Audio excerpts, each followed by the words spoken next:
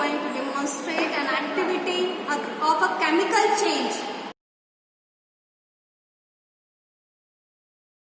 In this we will take zinc granules, test tubes, this is a test tube stand, candle and dilute hydrochloric acid.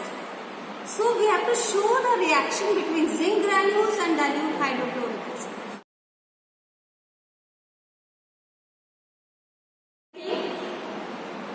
A test tube and we will put some zinc granules in this test tube.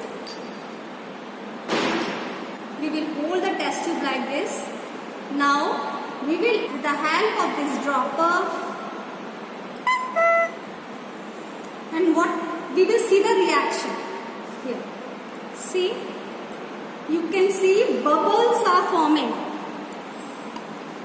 Bubbles of gas, and this gas we have to check which gas it is by bringing a burning matchstick near it.